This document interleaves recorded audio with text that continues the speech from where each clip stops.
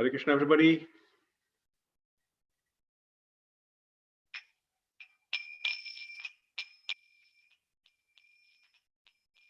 Jaya Radha Madhava Kunja Bihari, Jaya Radha Madhava Kunja Bihari, Jaya Gopi Jana Vallabha Girivaradhari, Jaya Gopi Jana Vallabha Girivaradhari, Yashodanandan Braja Jana Ranjana, Yashodanandan Braja Jana Ranjana, Yamuna Tira Vanachari, Yamuna Tira Vanachari, Jaya Radha Madhava Kunja Bihari, Jaya Radha Madhava Kunja Bihari, Hare Krishna Krishna Krishna Hare Hare, Hare Rama Rama Rama Hare Hare, Hare Krishna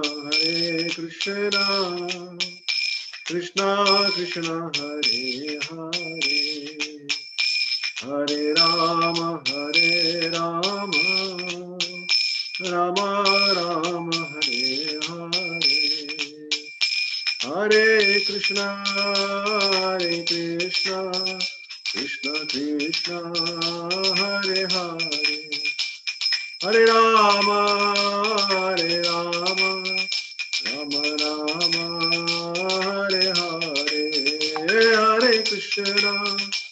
Hare Krishna Krishna Krishna Hare Hare, Hare Rama Rama Rama Hare Hare, Hare Krishna Krishna Krishna Hare Hare, Hare Rama Rama Rama Hare Hare, Hare Krishna Krishna Krishna Hare Hare, Hare Rama Rama Rama Hare Hare, Jaya Radha Giridhari Radha Giridhari Radhe, Jaya Radha Giridhari Radha Giridhari Radhe, Jaya Jagannath Jaya Baladeva Jaya Subhadra, Jaya Jagannath Jaya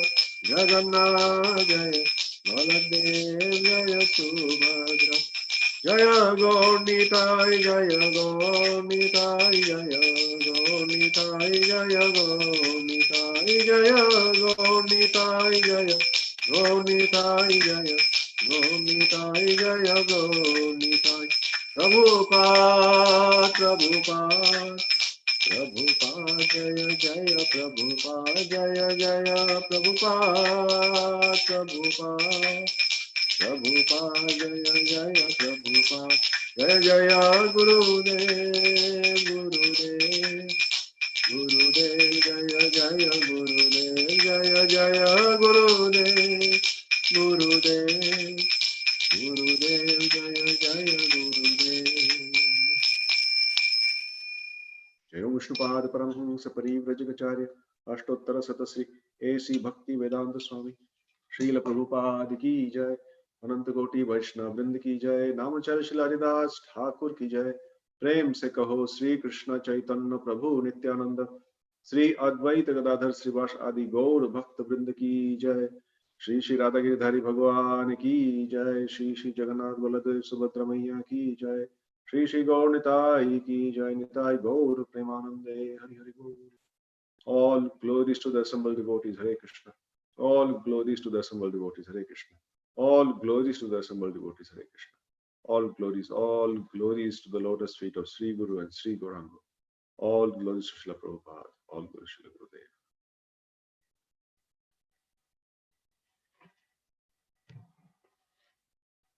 Om Namo Bhagavate Vasudevaya. Om Namo Bhagavate Vasudevaya.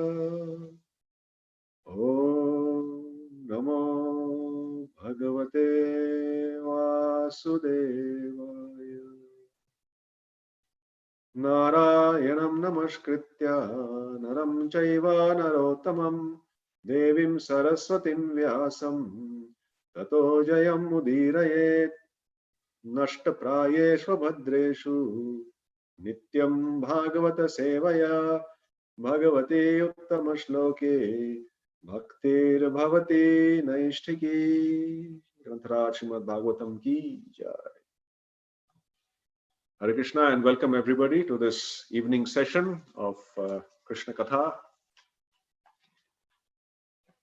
We'll look at this verse from Srimad Bhagavatam and try to narrate this wonderful pastime in glorification of the Lord this evening. So we'll recite from Canto 8, text 3, chapter 3, text 25. And this section, most of you are, a lot of you might be familiar and aware. Some of you might even have this verse by heart because it's part of the wonderful prayers of a wonderful personality whom we'll be discussing today.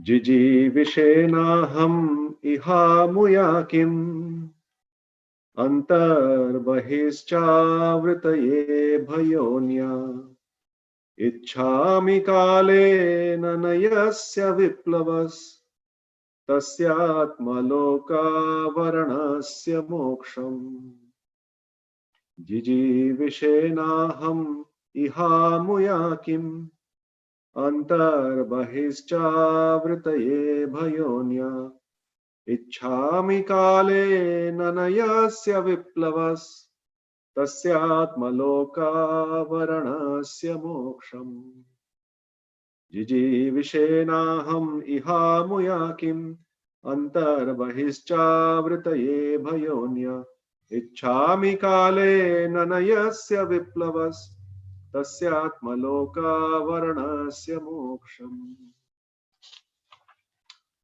Translation and purport by Srila Prabhupada. Srila Prabhupada ki jai. I do not wish to live anymore after I am released from the attack of the crocodile. What is the use of an elephant's body covered externally and internally by ignorance? I simply desire external liberation from the covering of ignorance. That covering is not destroyed by the influence of time. The purport, Srila Prabhupada writes, in this material world, every living entity is covered by the darkness of ignorance. Therefore, the Vedas enjoin that one should approach the Supreme Lord through the spiritual master, who is described and offered prayers in the Gautamiya Tantra as follows. Om Ajnanatimirandhasya Jnananjana Shalakaya Chakshurunmilitam Yena Tasmai Shri Gurave Namaha. I offer my respectful obeisances unto my spiritual master, who, with the torchlight of knowledge, has opened my eyes, which are blinded by the darkness of ignorance. Although one may struggle for existence in this material world, to live forever is impossible. One must understand, however, that this struggle for existence is due to ignorance, for otherwise, every living being is an eternal part of the Supreme Lord. There is no need to live as an elephant or man, American or Indian. One should desire only to achieve liberation from the cycle of birth and death. Because of ignorance, we consider every life offered by nature to be happy and pleasing. But in the degraded life within this material world, from the life of Lord Brahma down to that of an ant, no one can actually be happy. We are making so many plans to live happily, but there cannot be any happiness in this material world. However, we may try to make a permanent settlement in this life or that. Om Ajnanathmirandhasya Jnananjana Chakshurunmitami Tasmai Shri Guruve Namah. Namo Vishnu Padaya Krishna Prishtaya Bhutale Srimate Mahavishnu Goswaminiti Namine. Namo Vishnu Padaya Krishna Prishtaya Bhutale Srimate Bhaktivedanta Swaminiti Namine. Namaste Saraswate Devi Gauravani Pracharine Nirvishesha Shunyavadi Paschatya Deshatarine. Jai Sri Krishna Chaitanya Prabhu Nityananda Sri Advaita Gadadhar Srivas Adi Gaur Bhakta Vrinda. Hare Krishna, Krishna Krishna, Hare Hare, Hare Ram, Ram Ram, Hare Hare. So 8.3.25 is what we were discussing today. So in this verse, the personality whose name is Gajendra, he is in the form of an elephant. He has been given, or he has taken the form of an elephant, and he is glorifying the Lord. So the question is, how can an elephant glorify the Lord? Just like we saw in the last pastime of Vritrasur, that a demon, a very powerful demon, a very horrible looking demon of a low birth, he was saying the choicest of prayers and glorifying the Supreme Lord. So similarly, in this context, we see an elephant, obviously a very powerful elephant, is glorifying the Lord with prayers. In fact, from text 2 to text 29 is the glorification of the Supreme Lord, the prayers offered by Gajendra. So here he says that I do not wish to live anymore after I'm released from this attack of the crocodile. So he was in such a painful, such a helpless situation that he's praying to the Lord that after the Lord successfully takes him out of this current helpless, dangerous condition, he doesn't wish to live anymore. Having experienced the frugality, the temporary nature of this material world, he has no desire to live anymore. And it is being said by somebody who was actually enjoying his material opulence, who was enjoying sense gratification. And we'll discuss that just in a few moments. So he says, I don't want to live anymore. And then he says, what is the use of an elephant's body that is covered internally and externally by ignorance? I simply desire eternal liberation from this covering of ignorance. And then he concludes by saying that the covering is not to be destroyed by the influence of time. Because we see in this material world, a lot of things get destroyed or get sorted over a period of time.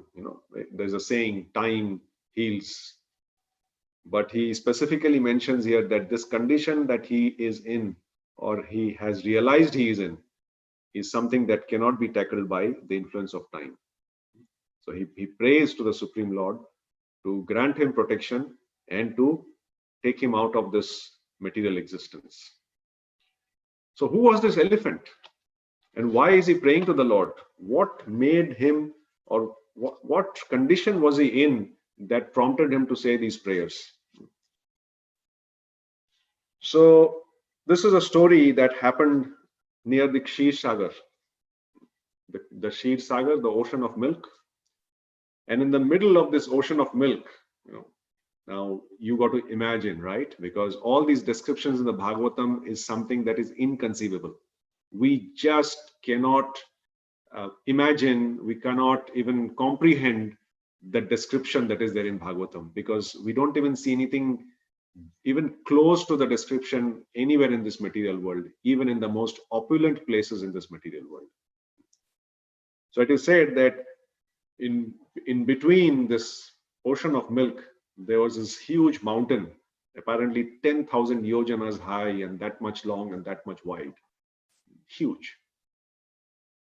And these Trikuta mountain, it means Trikuta. 3 means 3. So there were 3 peaks in this mountain. And one peak was iron, one was gold, and one was silver. So 3 peaks. And this mountain was decorated wonderfully with trees and shrubs and waterfalls and many minerals and jewels, and the most beautiful and exotic location that we could ever imagine. And because it was so exotic and such a nice place, all the celestial beings like Kinnaras, Gandharvas, Charanas, Vidyadharas, Vidyadhar, the king of Vidyadhar was Chitraketu, we saw in the last Lila. So all these celestial beings, they used to enjoy in this mountain, sport in the caves, right? And all the wild animals, they used to come and play in the gardens, in the valley of the mountain. And there was a specific huge garden in this hill, or in the bottom of this hill, which was called Ritumat. And adjacent this green area, there was a very large lake. And this lake had obviously very clear, wonderful water. What to talk about our spring water, that was even better. And this whole place, this lake, was filled with flowers, swans, other birds, bees swarming around, and it's an absolutely wonderful location. And the whole atmosphere was so surcharged. So amongst all this, in this wonderful locale, in close to this area, there used to live a group of elephants, and the leader amongst that group was called Gajendra.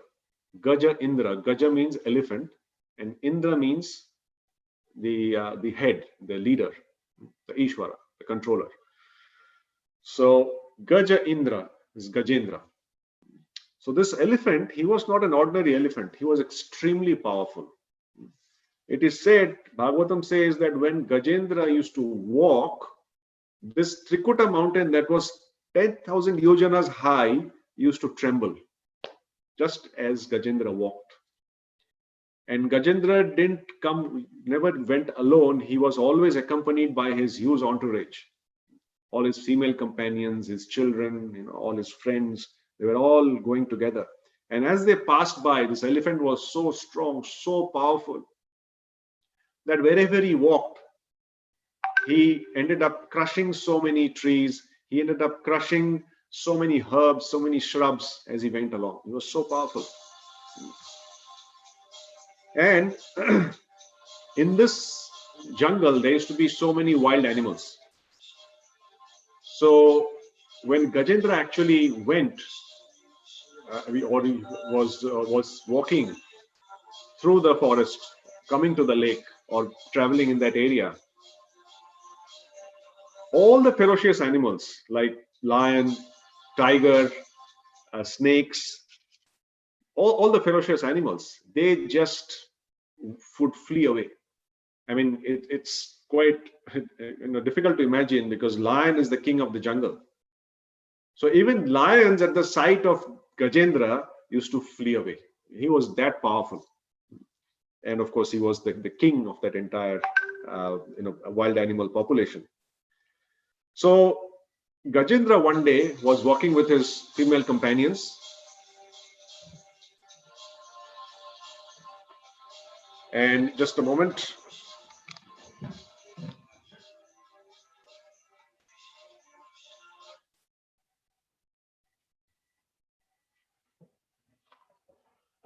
Sorry for the disturbance.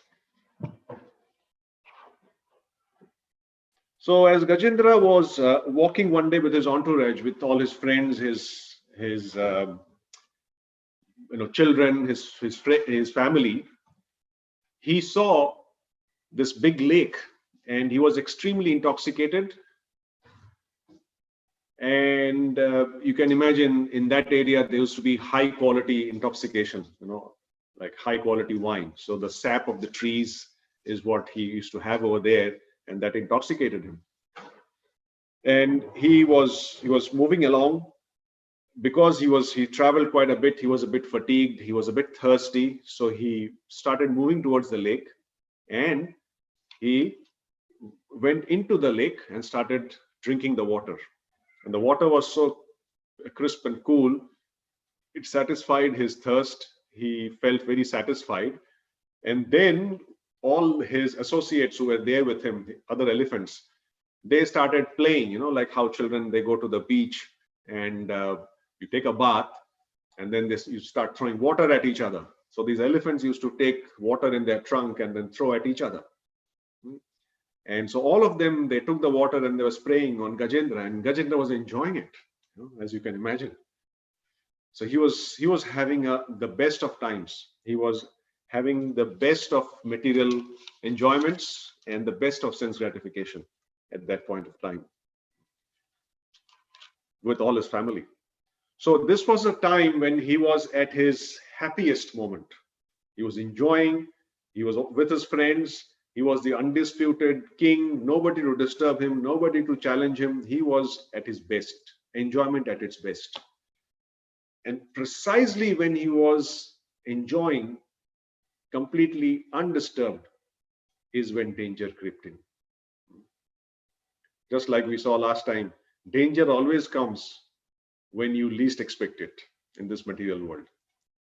So when he was in the waters, suddenly the king of crocodiles in the water came, saw that Gajendra was there, they were splashing the water, and it's like crocodile's territory.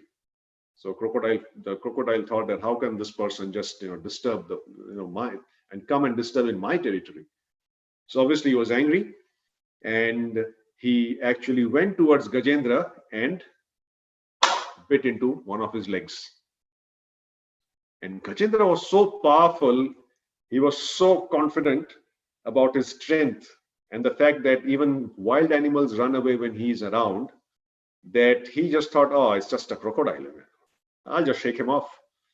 And so he just, tried to get his foot out of the water and just, shake him out like this.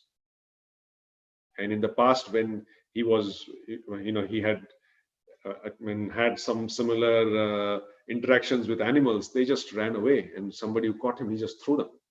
So he was quite overconfident about it. So when he tried to do that, he saw that the crocodile just wouldn't leave him. He just couldn't get the crocodile off him. And so he, started using a bit more of his strength to shoo up the crocodile and take him off. And then he saw that he just couldn't do it. The crocodile just wouldn't let go. And so he gathered all his strength and he tried to free himself. And the more he tried to free himself, the more the crocodile caught hold of him even more. And like this, when his relatives and his friends saw, they were obviously very surprised. This was Gajendra sometimes was exerting his energy and kind of trying to pull him out. So he used to come out of the water a little bit, but when he came out of the water, the crocodile holding on to his feet also used to come out of the water a little bit, but again used to pull Gajendra down.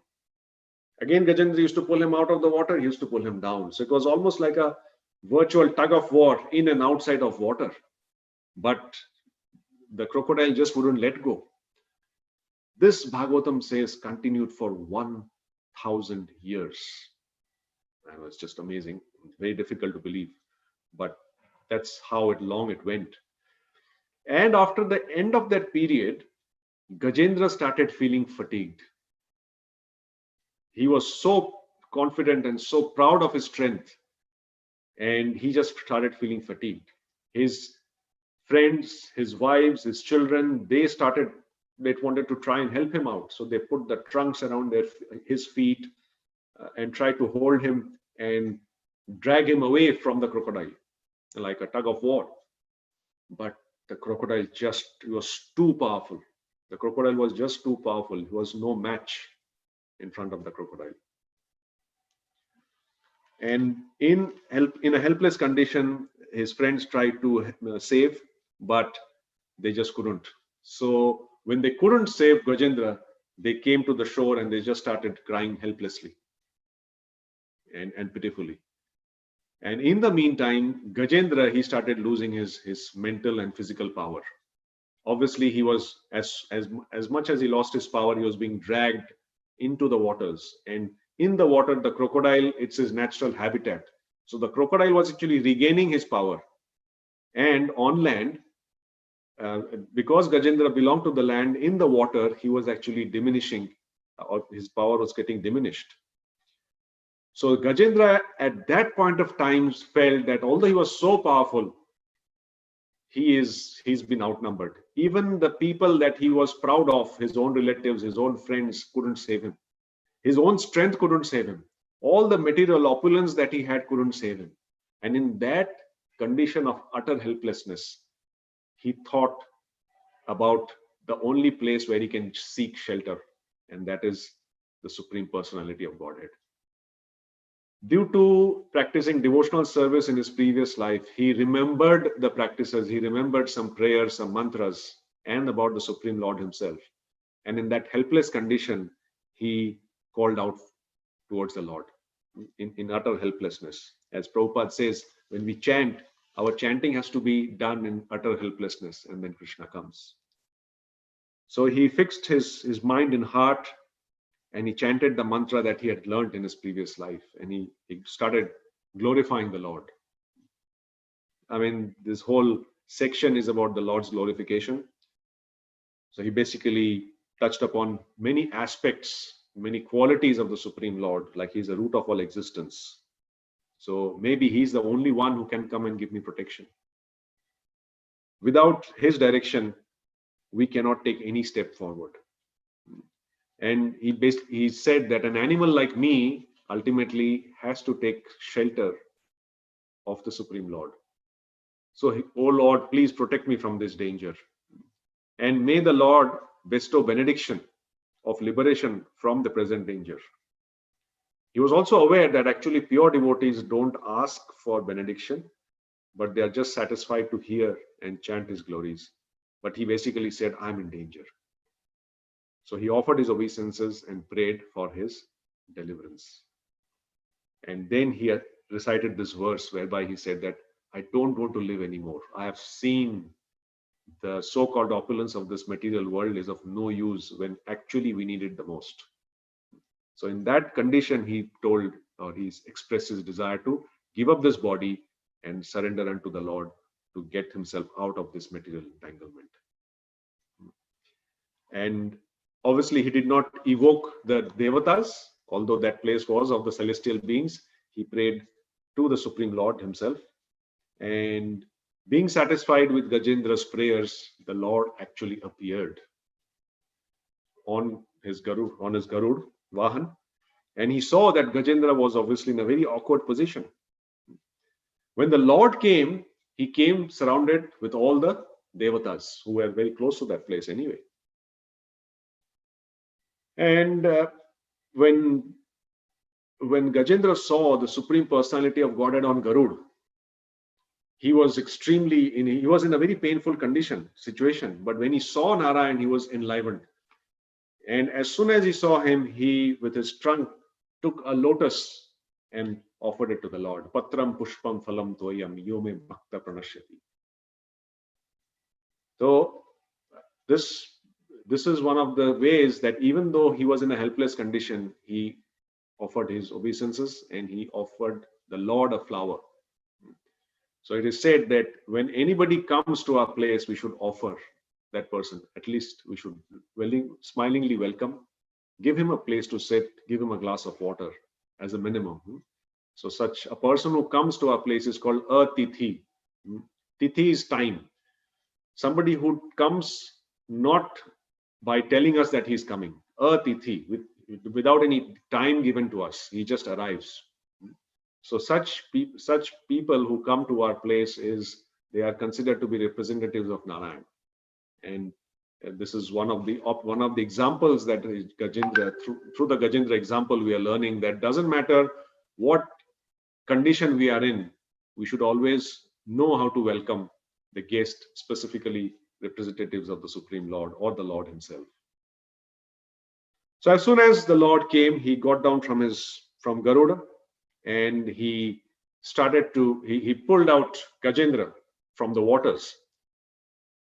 Now, when he pulled up Gajendra, the crocodile was held his feet so tightly that even the crocodile came out of the water with Gajendra. And then the Lord took his Sudarshan Chakra and he cut off the head of the crocodile.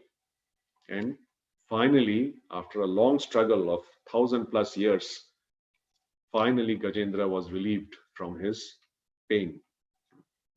And as soon as that happened, the Devatas, they glorified the Lord. And the crocodile, he got liberated and then went back to Gandharva Lok. So who was this crocodile? This crocodile was actually Huhu, a Gandharva named Huhu, not Haha. There were two Gandharvas, Huhu and Haha. Don't laugh and say Haha. There's actually a name. So in the Gandharva Lok, the Gandharva king was Huhu. And as we see in many other instances, he was enjoying with his female companions in the water, in a lake again there. And in the same lake, there was a great rishi by the name Deval Rishi. He took his bath and he was performing his Gayatri. And this Huhu was playing with his companions, and to impress them, like how a boy tries to impress a girl in an impressionable age, he tried to do some tricks underwater. So Huhu went underwater and he saw the sage standing. And so he just caught hold of the sage's legs, just in a playful mood, and pulled him down into the water. And the sage was doing Gayatri, and he went down the water and he was just gasping for breath, and he didn't know what's going on. And when Huhu took him down, he left him after some time, and the sage came up. And then he saw what's going on. He saw that this Gandharva is just pulled him down just as a plaything when he was deeply meditating on his Gayatri, his daily worship. And obviously he was angry. And he cursed him, saying, "You're a Gandharva, you've got a Gandharva body, but you're doing an activity going under the water and pulling somebody from under the water just like a crocodile does. So you don't deserve a Gandharva body. I curse you, you be born as a crocodile." Then Huhu begged forgiveness. "Oh, Maharaj, please forgive me. It's a mistake." And so he said that, okay, you would definitely take the body of a crocodile, but you will be delivered when the Lord delivers you from this crocodile body. And that's how he became a crocodile and went and was staying in that lake. And who was Gajendra? So Gajendra was the famous Indradumna, not the Rath Yatra Indradumna king, but another Indradumna Maharaj. He was based in Dravid Desh, which is the southern part of India, near the Malaya hills. So he gave up he was ruling that kingdom. Then eventually he gave up his family life, retired, and went to a secluded place built a small cottage and was doing his austerities. As a part of his austerities and performing devotional service, he was performing a vow of silence in the forest. So there was nobody in the forest. He was all alone, worshipping the Supreme Lord in this vow of silence, least expecting that somebody would come in that secluded area. And he was pretty much progressing in his devotional life, in his meditation on the Supreme Lord. Just when he wasn't expecting, again something happened, something untoward. This time, Agastya Rishi came with many of his associates. And they saw Indradumna Maharaj in meditation. They approached him. But Indradumna Maharaj was already in a trance. He didn't see them.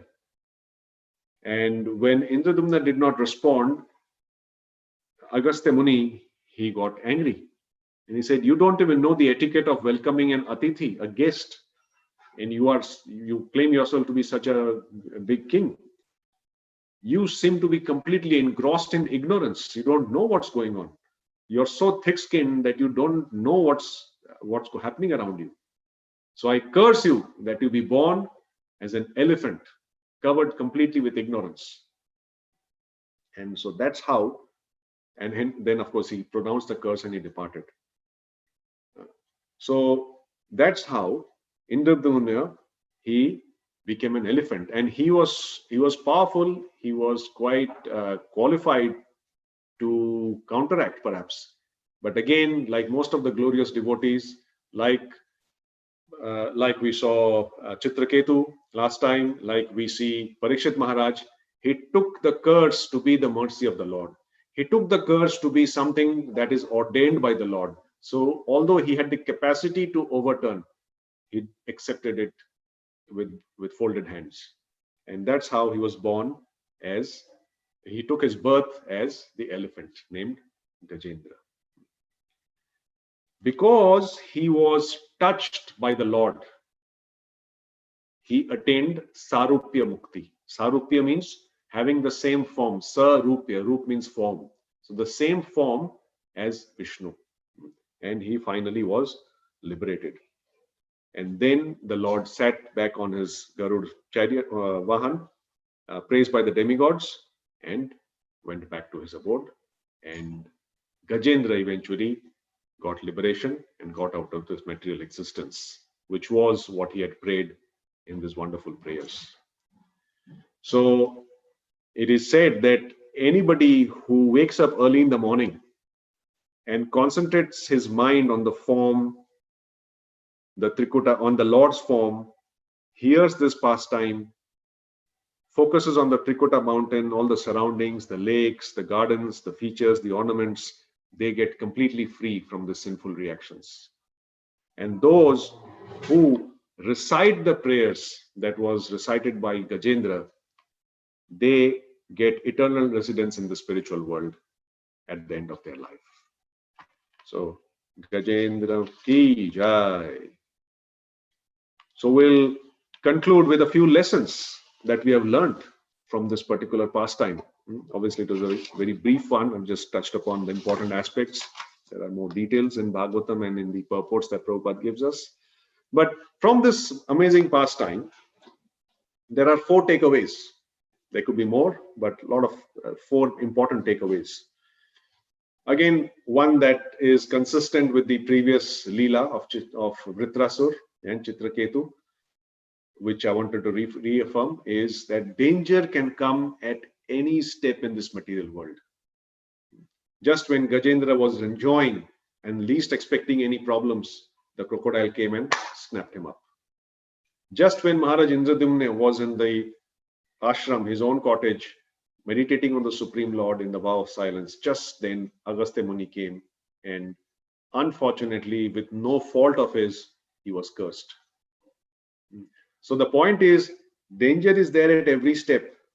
But if we are seriously progressing in our spiritual life, we take the so-called reverses that is happening in our life as the mercy of the Lord.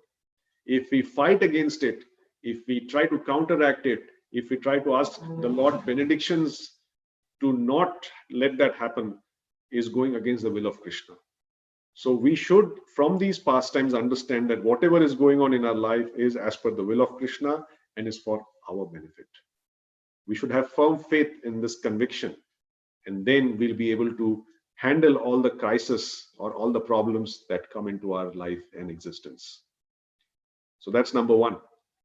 Number 2, in this material world, everybody is proud of their material opulences. Everybody is wanting to enjoy their senses, forgetting that all these opulences, all these resources for sense gratification is actually coming from Krishna himself. And because we are so engrossed in sense gratification, we forget who is the source of these resources that are being provided by us. So Krishna puts us, or sometimes we go through these emergency situations in our lives to make us realize that we are being maintained by Krishna. Everything is coming from him. All the opulences that we are enjoying today is from him. And when these crisis moments come, only then we focus and turn our attention more strongly towards the Supreme Lord. Just like Gajendra, he was a devotee in his past life.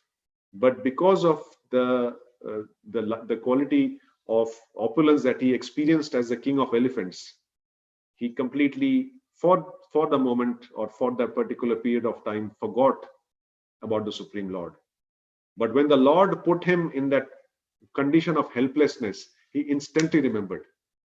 And so spiritual knowledge or spiritual advancement never goes in vain. It carries again from one birth to another. So we don't have anything to fear. There may be danger, there may be material opulences that we are experiencing, but the point is we should always remember, glorify, and worship the Supreme Lord. And that is our only level of, only way of keeping us sane in this insane material world. That's number 2. Number 3, perhaps the most important aspect personally. Catch hold of the right person at the right time, and thou shall be delivered. So the crocodile had no qualification or intent of being liberated or of meeting the Supreme Lord. But somehow or the other, he caught hold of the right foot of a devotee of the Lord. And on account of catching hold of the foot, and he caught the foot how? Very tightly. He just wouldn't let go. So the Lord, he didn't come for the crocodile. He actually came for Gajendra. But because the crocodile was connected strongly to Gajendra, he got liberated. So similarly, we might not have the qualification, but Srila Prabhupada, he is intimately connected to Krishna. Our spiritual masters intimately connected to Srila Prabhupada. So our Guru Maharaj, His Holiness Mahavishnu Goswami Maharaj, says that as devotees, we have to remember one thing. Come what may, never ever leave the dhoti of Srila Prabhupada. Hold it to it tight, whatever else you do. Never let it go. So if we hold on to the right person and hold it tightly, Lord will shower his benediction on us one day or the other. So catch hold of the right person at the right time. And the last, devotional service never goes in vain. It is always carried from one life to another. Nehabhikramanashasti pratyavayana vidyate. Swalpasya alpasya dharmasya tayate mahatu bhayat. So 2 of the lessons have been consistent with that Lila and with this Lila, and so I chose this to do this in that series. That danger is there in every step, number 1. So we must know that whatever is happening to us as per the will of the Lord, and accept it. Number 2, we should not be proud of our material opulence and flaunt it, knowing fully well it is coming from Krishna, and as per Krishna's will, it can be taken away from us at any moment. Number 3, catch hold of the pure devotee of the Lord and hold it tightly. The Lord will shower his benediction on us and we'll reach our ultimate destination, whether or not we are qualified. Number 4, devotional service never goes in vain. Anything that we perform, even a little bit, is always carried forward. Always carried forward. Srimad Bhagavatam ki jai, Gajendra Moksha Lila ki jai, Nitai Gaur Premanande, Hari Hari Bol. Thank you very much. Hare Krishna.